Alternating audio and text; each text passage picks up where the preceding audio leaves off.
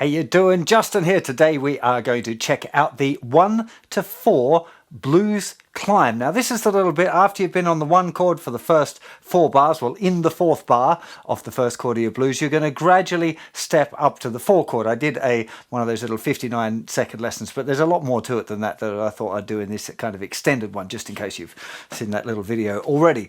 So the bit I'm talking about, so we'd have like an E, A, if it's a quick change blues, and then back to E. Now here, 1, 2, 3, 4. Is that little climb up, and I'm going to show you first of all in the key of E and a couple of little tricks that you can use, and then we'll change the key and I'll show you a couple more fancy versions of the same sort of thing, but let's do that in a close-up.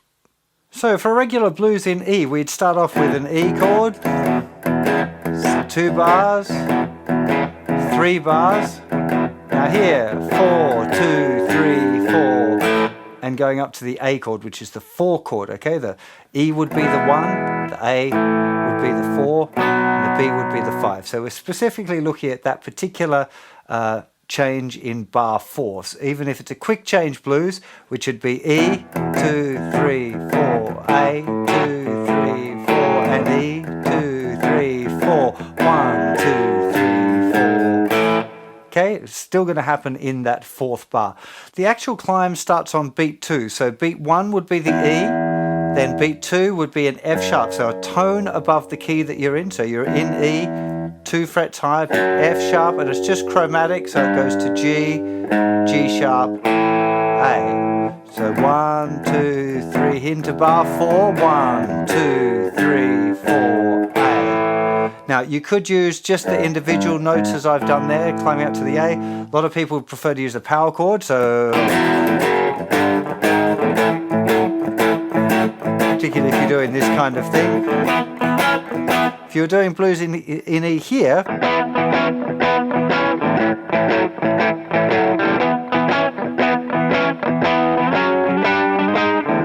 you could climb,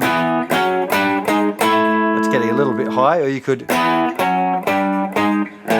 which probably doesn't sound as cool, or you could go, just remembering you're starting on beat 2, either you can think a tone above the starting point, so E to F sharp, or 3 frets below the target chord. So in this case the target chord was A, so we'd start 3 frets lower in the 2nd fret in this case, climb up. So E, 2, 3, 4, 1, 2, 3, 4, 3, here's bar 4, 1, 2, 3, 4,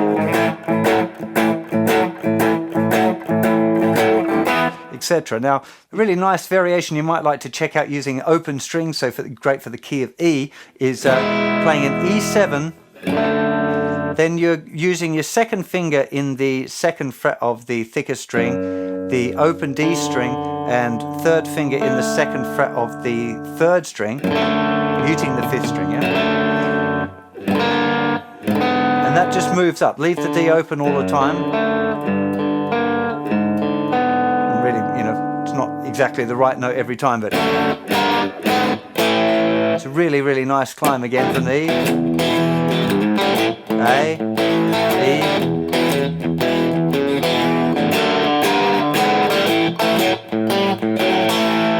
It's a really, really nice little pattern that you can use in there as well. You definitely want to practice it in a few different keys and get used to it. So G is a really common key, starting of course on the G. So G, quick change to C, back to G, here we go, 1, 2, 3, 4, C, etc. Another really nice kind of little variation on this is to use these, it's kind of a jazzier thing, I guess.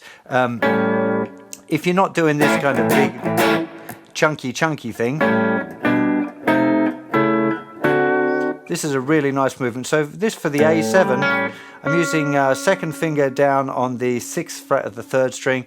I'm using 2nd finger down on the 5th fret of the 4th string, and 1st finger on the root note on the 5th fret of the thicker string. So I'm only playing those 3 notes. Okay, all of the other strings are muted. So that would be the A7. Now we move little finger up 1 fret, third finger goes down in the same fret on the thicker string, so the 7th fret of the thicker string, and first finger will go down on the 5th fret of the 4th string. So it's actually the same, the note G. So that one stayed the same. Now we move the same thing up a semitone, but we now put our second finger down in the 7th fret of the 4th string. So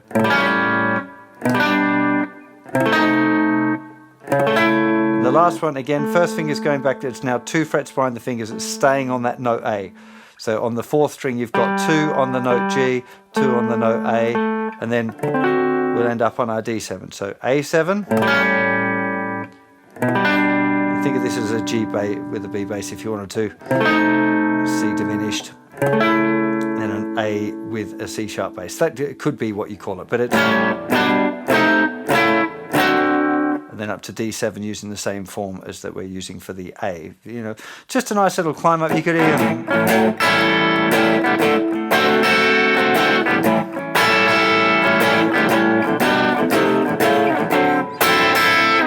You know, you could use it where you're kind of mixing into the chords and then you're just moving to that one little movement. It's a really, really nice one. You know, again, it can be quite jazzy, and you can even carry that build on a little bit if you wanted to get real super clever. I'm going to move it to the key of G quickly just so that I don't get too far up the dusty end. But if you took that idea and went G, climb up, then C, and back to G. Okay, we're getting very far up the neck there, and I probably wouldn't go that far. I'd probably move it to the G. But that would be the first bars of the blues. So bar 1, bar 2, 3. Or something like that. We're getting into kind of a jazz blues kind of idea, but it's still essentially just G7 to C. So it doesn't always have to be exactly a climb as well. You can also use it as a little, a kind of a riff to go down.